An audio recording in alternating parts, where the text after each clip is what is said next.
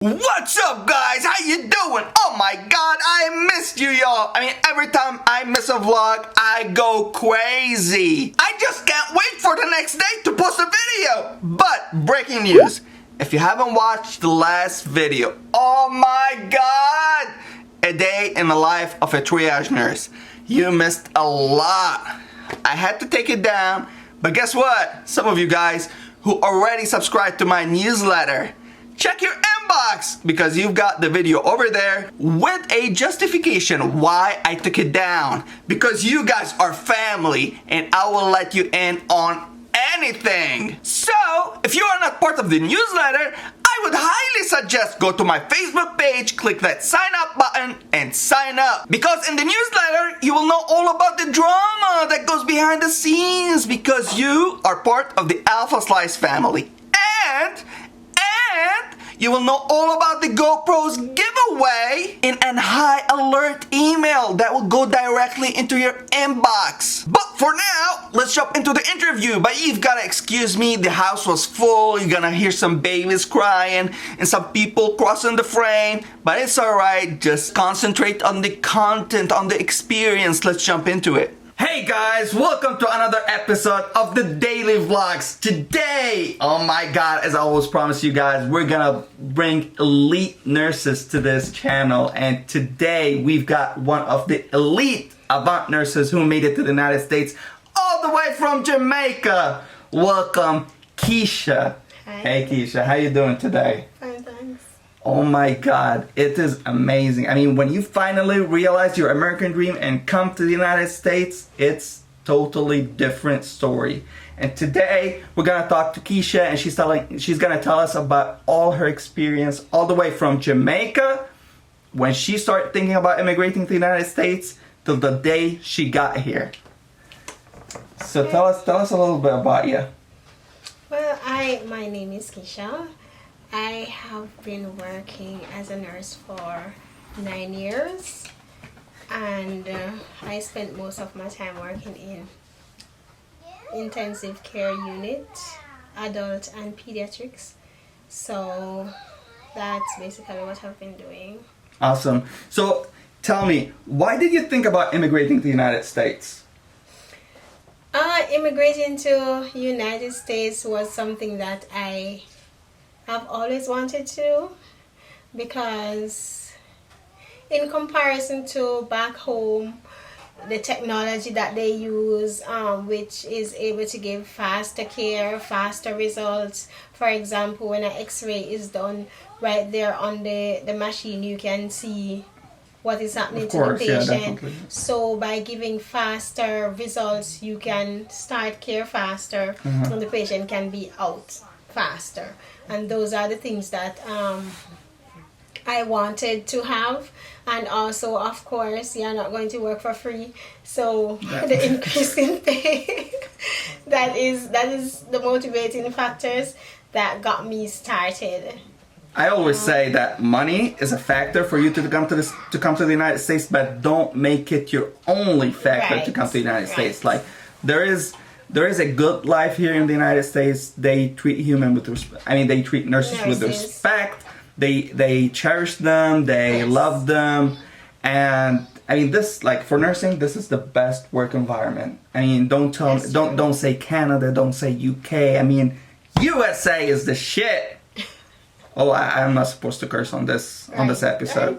Right. Okay, so when you started to think about immigrating to the United States, how did you go about it? Like, did you know other people who already immigrated to the United States?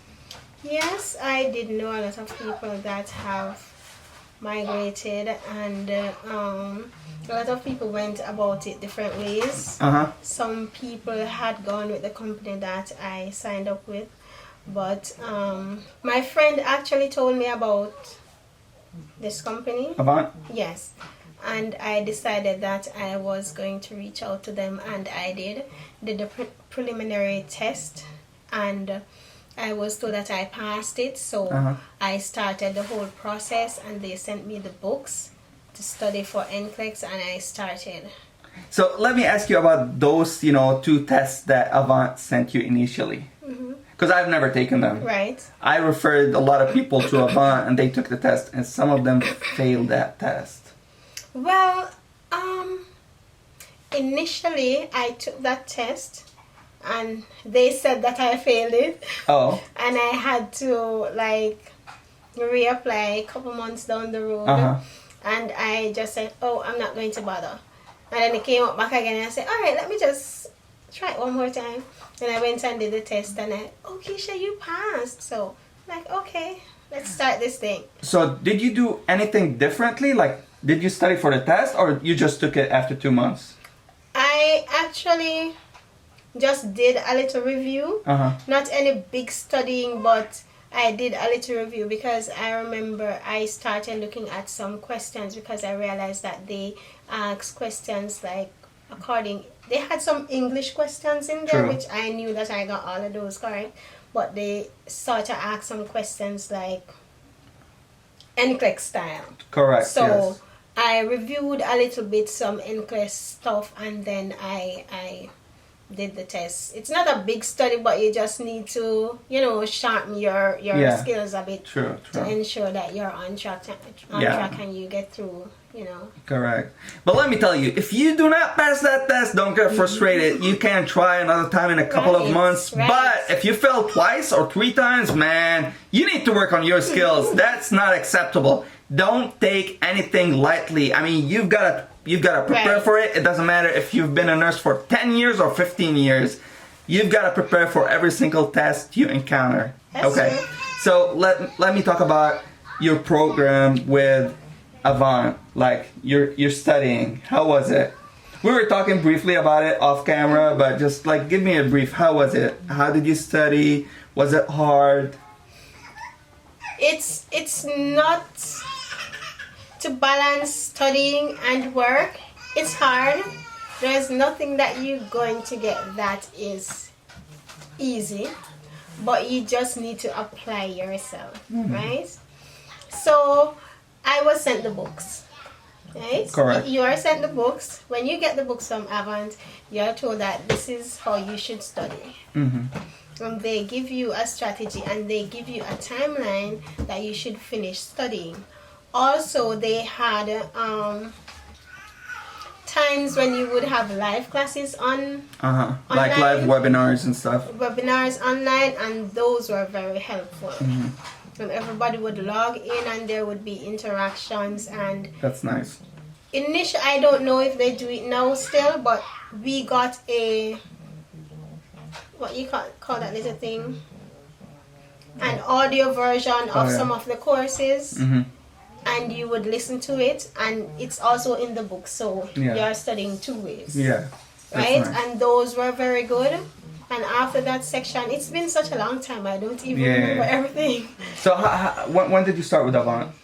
I started, I think it was about 2.5 years before I got here. Okay. So it's like 3 years ago? Yes. Or 3.5 maybe? Yeah, somewhere 2015. Yeah. 2015 there, yes. Okay. All right, go on. So you had your material, the NCLEX program is nice, and how did you balance work and study during that program? It was very hard for me because I used to do night shifts, and at my hospital there was a lot of shortages, so sometimes I would have to double up, so I was behind for a period of time with the studying and stuff, and I was just not studying, and I got a call, just encouragement call. Keisha, you need to study because your group is ahead of you. And I said, okay, I am going to study. I explained to them what was happening, and she said, you need to study because we need you to be here by this date. So I said, okay, I'm going to study. I still was not studying, to be honest. So your problem is that you were not meeting the deadlines, or you were failing on their tests? I was not failing their tests. Okay, so you were not catching up. You were not catching up with the group. Right, I was not catching up with the group that I started with. So that was the problem. So I got a call saying, Keisha, you need to study. And if you don't, I'm sorry, but we will have to, you know, drop you or drop something you like from the program. I said, we needed to catch up the group. So I said, okay, I can do it.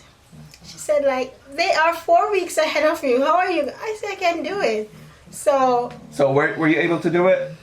I got like, they were like 2 weeks ahead of me by the time I finished.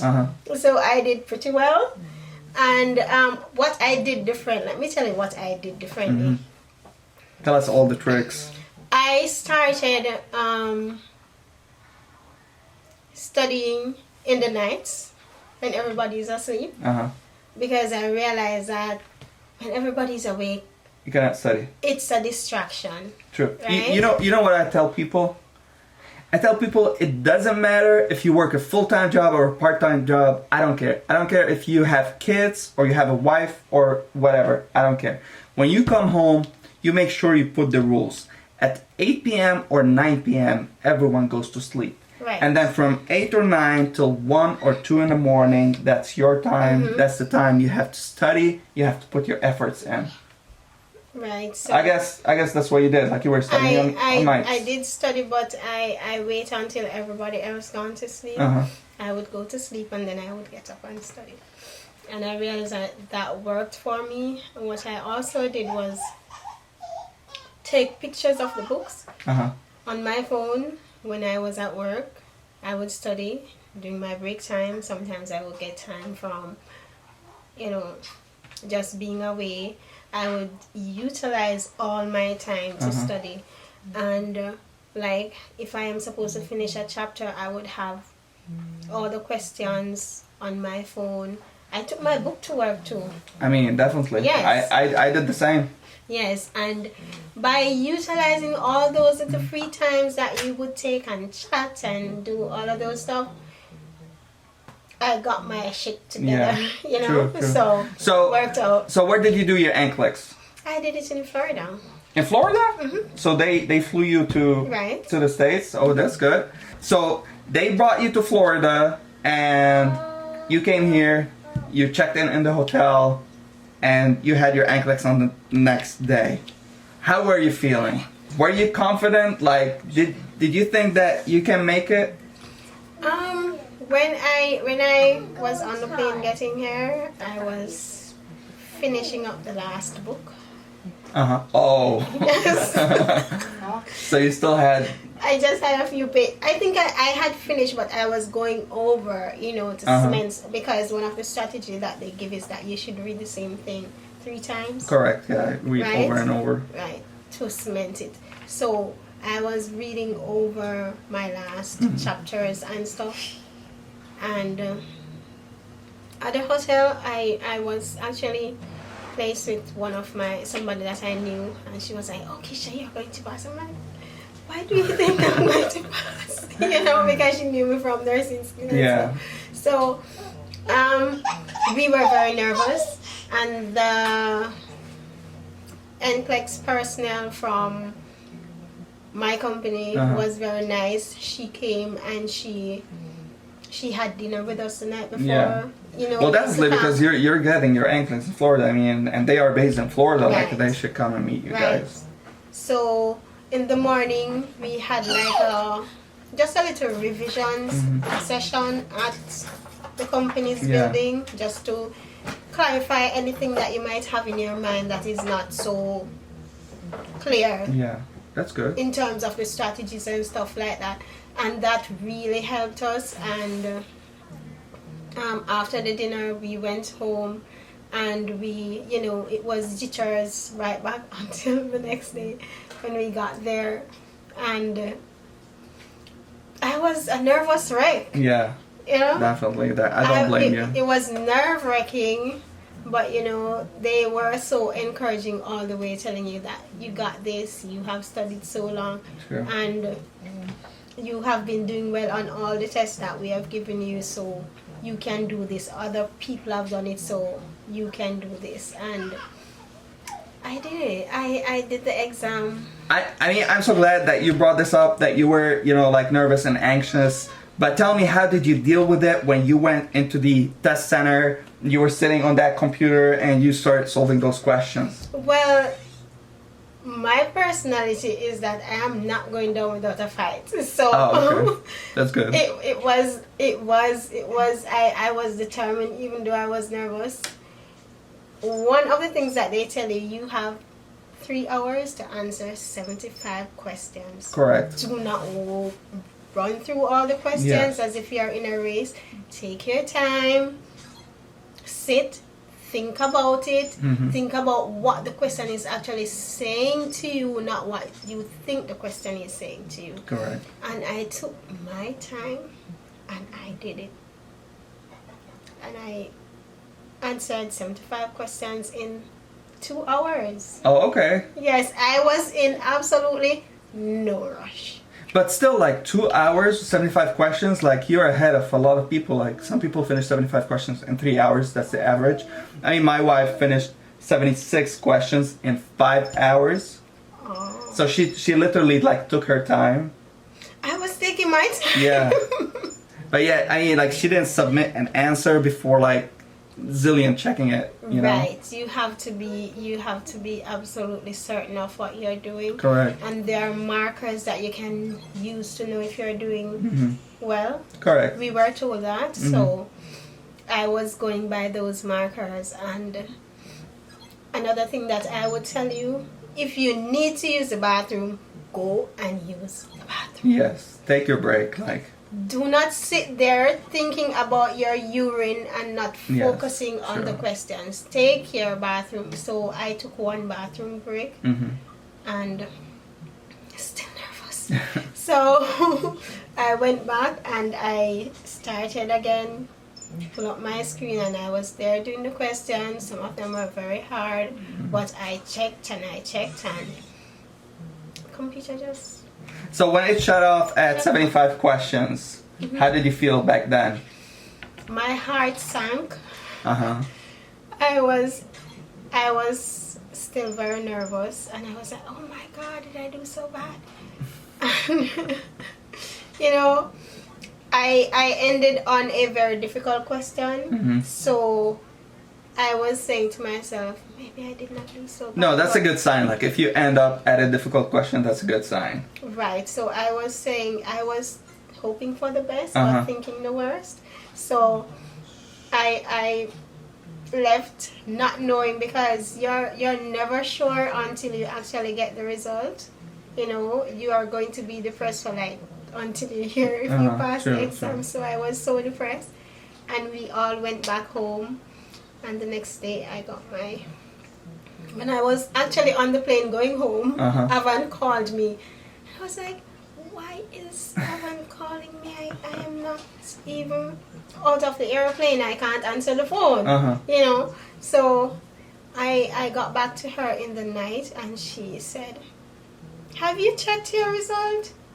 I said no. Because you want to know what you don't want to know? Yeah, true. That was the type of feeling. So I said to her, how do I check it? And she was like, go on the website and put in your password. I said, I don't remember my password. I forgot everything now because I'm so nervous. So she told me my password and I went online. When I saw the result, I was like screaming down the whole place, because this is like the elephant is actually out of the room for me. You did your part. That's it. So it was awesome. Yeah, that's why I always tell people, like, you've got two things. If you're like with a staffing company, you've got two things to do, and that's your part. That's on you. Right. You've got to study for your NCLEX, and you've got to study for your IELTS or TOEFL. So if you pass those, then you have no control on the other stuff. So don't even worry about it. All right. So you passed your NCLEX, and then AVANT will continue the immigration process, and they will file your I-140. Right. Did you have any problems with that? It took a while. So how long? Like, give us a time frame. How long did it take you? For example, if they tell you that it's going to take like 6 weeks, it took for me like 3 extra weeks. Okay. So that's okay. So, I mean, mine took like 3 to 4 months, I believe. Something like that. So I had a lot of problem along the way. And that was after the I-140. There was a problem with the they did not actually put my husband on the petition, and then you had to add him later. They did not put him on. I think he was on the petition when I got the form to fill out for the immigration fee. You know that section. I paid the money to the company, but the form only came for me and my daughter. He was not on it. So, and it took quite a long time. And what I should let other people know, each time that you have a problem at this stage, it puts you back to the first stage. Oh. Because they have to review like the whole case all over again. The whole case, and that happened to me about 3 times. Oh, 3 times? Yes. Oh my God. And at that point it had moved from, I think it was at 6 weeks. And then it had moved to 12 weeks. So each time I had to sit and wait for another 12 weeks. So add up all of those and see how many months that took. So it took quite a while for me, and that was the part that held up my immigration process. Okay, tell me about your feelings when you went to the U.S. Embassy, had your interview, and they said, like, you're gonna get your visa.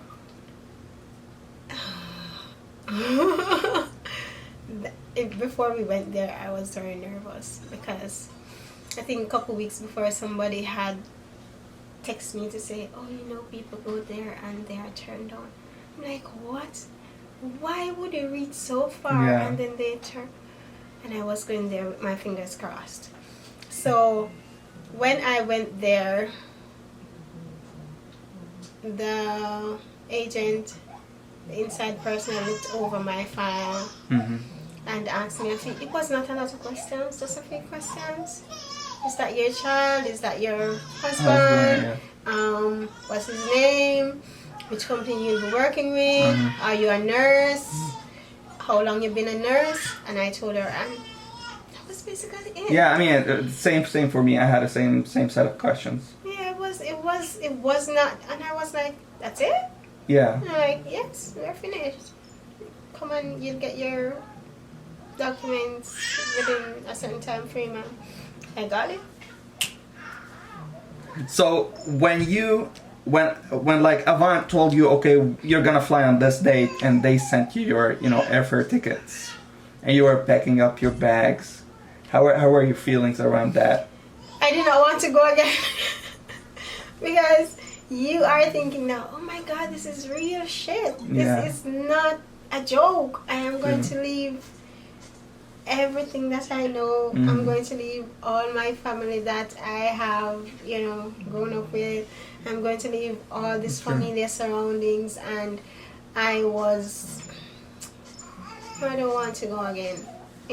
But it is hard. To go. It's hard. It was a hard place. It was like between a rock and a hard place. So I said, all right, I'm going.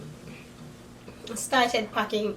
That is very hard because you have to give a lot of giving away. You have to give a lot of selling. You have to know what to sell now, and you have to know what to leave back for your family to sell because they are going to use them until. It was very hard. But there's another thing that happened that I want to mention. When my husband got back his date from the embassy, his date was different from our dates. Oh. He got they're supposed to give you 3 months on your visa, right? Correct, yes. He got 6 weeks. Oh, really? Yeah, he got about 6 to 8 weeks on his visa. So I had to point that out to AVANT. It was an error. So did they correct it? No. Okay, so he just had to be here before it expires. Yeah. Which is fine. So they had to hasten his coming in order for him to be here on time. So I just want to caution persons to pay attention to their expiry date, because if you see your child get an expiry date, doesn't mean that it's that way for everybody in your family. Yeah. So tell me about you flew to the United States and you were at the airport at the customs. Was that a good experience for you? It was a Sunday, right? I spent spent a very long time in that area. Really? Yeah. So how long? I spent over 2 hours. Oh, okay. I was just sitting there waiting, and I was unsure of am I going to go into a room to do an interview and I was just sitting there and I heard my name called and I went up to the desk and she gave me the documents. Gave you the documents and you're good to go. Yeah, and show me that this is the date in your visa you can use for 1 year before you get your card. And I said, "Is that it?" She said, "Yes." Yeah. Okay. Yeah, you wait over there for a long time. It's not that they are investigating you, but you're waiting your turn because there are a lot of people, and not just the people that are in the same room as you, but there are different rooms that different officers are working on. So yeah, I mean, a lot of ideas come into your mind when you're in. Don't get nervous. Yeah, don't. You made it. Okay, so from the airport, you went to, the headquarters at AVANT. You went to they showed you your apartment and you chose your room, right? I did. So, they had placed you in a room, yeah. So, was someone, did you share your room with another? I did. Luckily, there was only 3 persons in my room and it was 3 rooms. So, what was it again? It was 3 people. Initially, we saw 2 people that were leaving. Okay. So they left like less than a week after we came. And for the rest of the period, it was 3 new people, and it was 3 rooms. Oh, gotcha. So, you're lucky. Yes. You're lucky. Because like we were 5 people, we were 5 nurses and 3 rooms. So one of the rooms had 3 beds. It only had 2 nurses. The other room had 2 beds. It had 2 nurses, and my room only had 1 bed. And I was you, right? It was me. So I was lucky. Like I didn't have any roommate in the room. But that experience, how was it? Like having roommates? Yeah, it was okay-ish. Yeah. It was good in a sense that in the mornings you would have somebody you're looking after breakfast, but there's always somebody watching the time. Yeah. We need to go. We need to go. Yeah. So it was good in that sense, and there are times when you share stuff. True. Because you're living together. You might run out, and you have sometimes when we would cook for each other. Yeah, true. And I mean, it was like a little family. Yeah. I mean, my experience, it was amazing. I've never had roommates. I've never had to live in a shared area. Yeah, but it has been amazing. Like those 4 guys, I still talk to them. It was just guys. Yeah, of course.